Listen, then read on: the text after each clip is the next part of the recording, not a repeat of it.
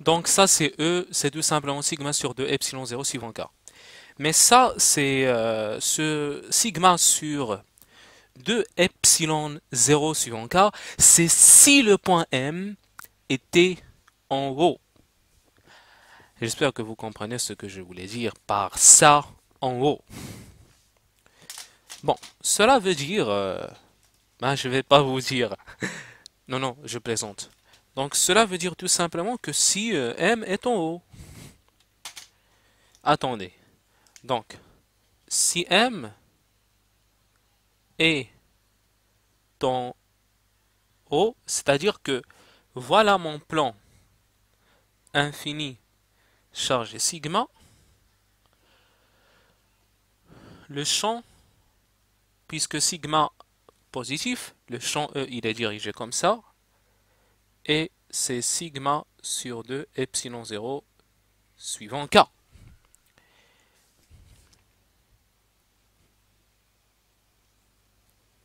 Donc maintenant, si M est en bas,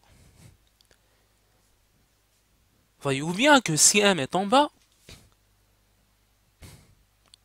ça c'est mon plan qui est infini, sigma elle est supérieure à 0, ça c'est tout simplement un plan infini, le point M il est en bas, ça c'est K, il ne change pas, pour rien au monde, donc le champ E, il est tout simplement comme ça parce que sigma il est positif. Donc, il ne faut pas oublier ça. Pour une charge positive, le champ s'éloigne.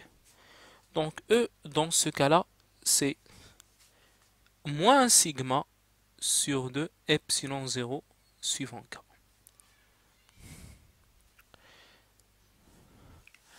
La question qu'on peut vous poser, donc, d'abord, il faut savoir que ici, le champ, il est uniforme. De ce côté-là, il est uniforme, il ne change pas, il ne dépend pas de Z.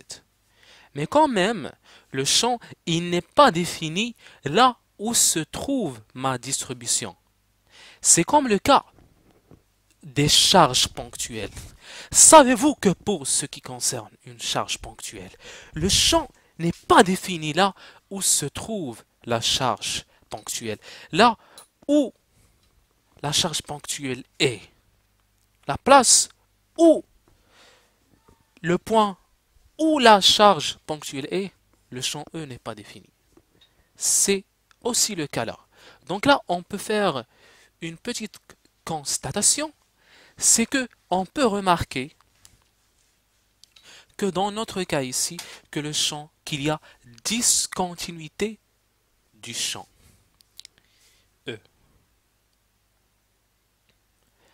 Donc, en effet, il est uniforme. C'est-à-dire que si je suis en haut, à partir du moment, donc ça c'est mon plan infini, à partir du moment où je suis là, le champ E prend cette valeur qui est sigma sur 2 epsilon 0. Donc là, je vais dire EZ, parce que ça c'est vraiment, c'est EZ K.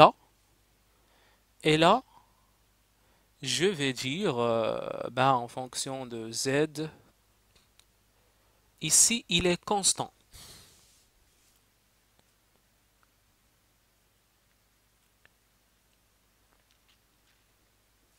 Pour Z positif,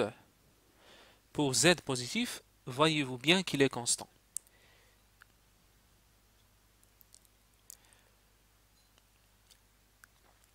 Et à partir du moment où Z est négatif, le champ E, en effet, il prend directement de façon instantanée moins sigma sur 2 epsilon 0. Il y a en effet discontinuité. C'est comme en mécanique quantique. C'est comme un petit peu quantifié, mais c'est pas vraiment quantifié.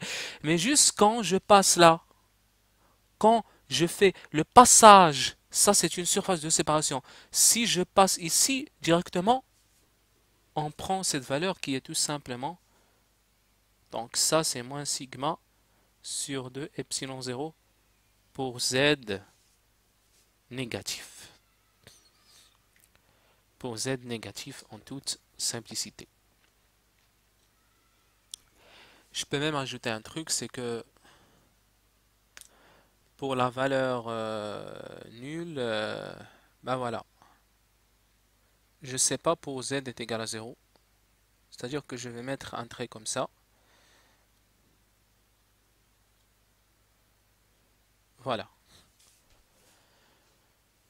Donc c'est tout pour cette remarque. Maintenant, on va en effet attaquer la deuxième question.